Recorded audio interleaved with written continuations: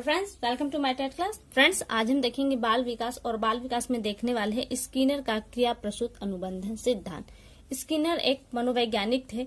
इन्होंने अपनी बात को सिद्ध करने के लिए बहुत से पशु पक्षियों पर प्रयोग किए, जिनमें से उनका चूहा और कबूतर और चूहा पे जो उन्होंने प्रयोग किया था वो बहुत ही ज्यादा फेमस हुआ। तो यहाँ से आपसे प्रश्न बनेगा कि स्किनर ने किस पे अपना प्रयोग किया था। तो चूहा लिया था, और वो भी चूहा कैसा था, सफेद चूहा लिया था, और कबूतर, जिसपे इन्होंने अपना प्रयोग किया था। इनके प्रयोग के दो नाम रखे गए, सक्रिय अनुबंधन सिद्धांत और क्रिया प्रसूत अनुबंधन सिद्धांत। क्यों रखे गए? क्योंकि उसकी क्रिया को एक बंध से जोड़ा गया था और इसी के हिसाब से वो क्रिया कर रहा था, इसलिए क्या कहा कि क्रिया प्रसूत अनुबंधन सिद्धांत। इनका सिद्धांत क्या था, पहले उसे देख लेते हैं। इन्होंने एक चूहा लिया जो भूखा था, और एक बॉक्स लिया जिसे आगे चल के स्किनर बॉक्स के नाम से जाना जाने लगा। स्किनर जो बॉक्स था वो बहुत ही विशेष प्रकार से था। चूहे के लिए एक रास्ता था जिसमें से चूहा होकर जाता था। चूहा भूखा था और जैसे वो आगे जाता था, बीच में उस रास्ते में एक लीवर लगा हुआ था जो उसके पैर से दबता था तो खट से आवाज निकलती थी, और साथ ही वो जब आगे बढ़ता था, प्याली था और उस प्याली में भोजन आके गिर जाता था। तो बार बार ये क्रिया अपनाई गई थी। उन्होंने कहा कि जब ये क्रिया अपनाई जा रही थी, चूहे को इससे पुनर्बलन पे बल मिल रहा था। क्या बल मिल रहा था कि जैसे वो लीवर पे पैर रखता तो खट की आवाज आती और साथ में उसे भोजन प्याली में आ जाती।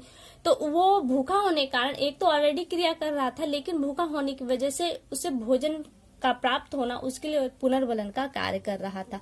हालांकि बहुत ज्यादा इम्पोर्टेंट नहीं, यहाँ से इम्पोर्टेंट है कि उनका शिक्षा में क्या महत्व है। तो शिक्षा में उनके महत्व को देख लेते हैं। तो देखिए, थॉर्नडाइक इनका जो प्रयोग था वो थॉर्नडाइक के विपरीत था। कैसे, एक बार इसको भी समझ लेते हैं।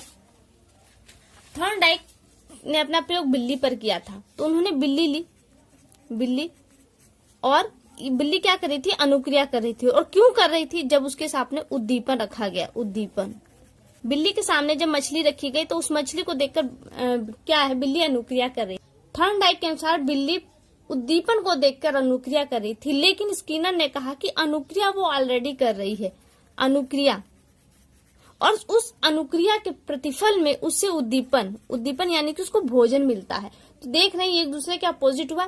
फिर से देख लीजिए, थॉर्नडाइक ने उद्दीपन सामने रखा, इसके प्रतिफल में बिल्ली अनुक्रिया कर रही थी, लेकिन स्किनर ने चूहा भूखा होने की वजह से अनुक्रिया पहले कर रहा था और उद्दीपन उसके सामने बाद में, यानी कि प्रतिफल के रूप में उसे उद्दीपन मिला, भोजन मिला। तो इसलिए कहा जाए कि थॉर्नडाइक के विपरीत, प्रश्न यहाँ से यही होगा कि थॉर्नडाइक के विपरीत किसने अपना सिद्धांत दिया था? तो वो स्किनर ने दिया था। पुनर्बलन, इनका जो मेन उद्देश्य था पुनर्बलन पर था। क्या था? स्किनर द्वारा प्रतिपादित क्रिया प्रसूत अनुबंधन में पुनर्बलन की महत्वपूर्ण भूमिका थी। देखिए, चूहा भूखा था तो लीवर पे जब उसका पैर लगता था उसके प्रतिफल में उसे भोजन मिल जाता था। तो ये क्या था, लीवर पे पैर दबने की वजह से भोजन मिलता था और ये उसके लिए एक प्रतिफल का काम करता था, भोजन का आना। तो क्या बार बार लीवर के दबने की जो प्रक्रिया थी, इसे दबाने के लिए चूहे को एक बल मिलता था, और इसे ही क्या कहा गया, पुनर्बलन। तो पुनर्बलन के दो प्रकार हैं। कौन कौन से हैं? धनात्मक पुनर्बलन और ऋणात्मक पुनर्बलन। धनात्मक, अब यहाँ पे देखिए, हम चूहे से न जोड़कर इसे व्यक्ति से जोड़ेंगे, बालक से जोड़ेंगे। देखिए, जब बालक अच्छा कार्य करता है तो उसे धनात्मक यानी कि उसकी हम प्रशंसा करते हैं। यहाँ लिख सकते हैं प्रशंसा, और उसे कुछ पुरस्कार देते हैं, पुरस्कार। तो ये किसमें आता है? आपका धनात्मक पुनर्बलन, कि बच्चे ने जैसा व्यवहार किया है वैसा ही व्यवहार वो आगे करता रहे। लेकिन वहीं पे बच्चा अगर गलत व्यवहार करता है तो उसे हम ऋणात्मक पुनर्बलन के माध्यम से हटाना चाहते हैं, जैसे निंदा या कोई दंड देना। तो क्या इसके माध्यम से क्या कहते हैं, जो बालक ने अभी क्रिया की है उसे हम रोकना चाहते हैं, तो इसके लिए हम ऋणात्मक पुनर्बलन का कार्य करते हैं। ये तो हो गया उनके सिद्धांत। देखिए, अब इन सिद्धांत, ये प्रयोग भले चाहे जानवरों पे किए गए, लेकिन किए जो गए वो बालकों को ध्यान में रखते हुए किए गए, और शिक्षा के क्षेत्र में। तो आइए उसे भी देख लेते हैं। यहाँ पे हमने शिक्षा में उपयोग क्या है उसे देख लेते हैं। कहा जा रहा है कि यह सिद्धांत बालकों द्वारा किए गए अच्छे व्यवहार के लिए पुनर्बलन देने की आवश्यकता पर जोर देता है। आपने देखा कि अभी धनात्मक पुनर्बलन दिया जा रहा था, क्यों? बच्चे के अच्छे व्यवहार के लिए दिया जा रहा था, और इसका ये अच्छा व्यवहार बना रहे इसके लिए हमें धनात्मक पुनर्बलन देना होगा, और ये एक आवश्यकता है। किसके? बालक के शैक्षिक क्षेत्र में।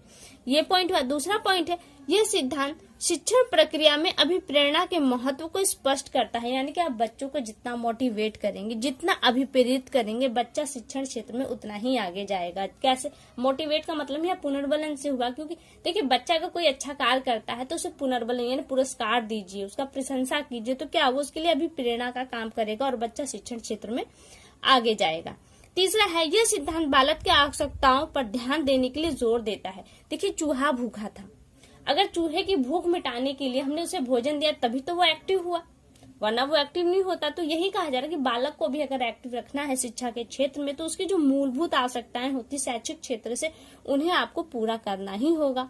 चौथा पॉइंट है, बालकों के द्वारा किए गए कार्य के परिणामों की जानकारी यथाशीघ्र देने पर यह सिद्धांत बल देता है। जैसे आप क्लास में आपने कोई होमवर्क दे दिया तो बच्चा उस होमवर्क को करके आता है, लेकिन उसके प्रति वो एक्साइटेड होता है कि मेरा गलत है या सही है, सर मुझे पीटेंगे या क्या करेंगे, मुझे दंड देंगे, पुरस्कार देंगे, तो इसको लेके वो एक्साइटेड होता है। लेकिन आप क्या करें, आपने एक काम तो दे दिया लेकिन एक हफ्ते आप सो गए काम देकर, तो कहीं ना कहीं बच्चे के मन में वो हताशा बन जाती है, पुनर्बलन वो समझ जाता है कि उसे कुछ मिलने वाला नहीं, तो उसकी जो सीखने की क्षमता होती है वो कहीं ना कहीं दब जाती है। तो इसे कहा जाता है कि यथाशीघ्र देना, जो उसका आपको रिप्लाई है वो आप यथाशीघ्र उसे दे, जिससे क्या बोलेगा बालक में जो सीखने की क्षमता है उसमें काफी विकास होगा। तो यहाँ से देखिए आपके स्किनर का क्रिया प्रसूत अनुबंधन सिद्धांत भी समाप्त हुआ। और यहाँ से सबसे ज्यादा दो इम्पोर्टेंट अभी तक के सिद्धांत, तो मैंने 3 सिद्धांत देखे हैं। अगर हम उससे ज्यादा इम्पोर्टेंट कहते हैं कोहलर का अंतर्दृष्टि सूझबूझ का सिद्धांत है, जिसे हम अगली वीडियो में देखेंगे। तो फिलहाल के लिए केवल इतना, अगली वीडियो में आपसे फिर मुलाकात होगी, तब तक के लिए नमस्कार।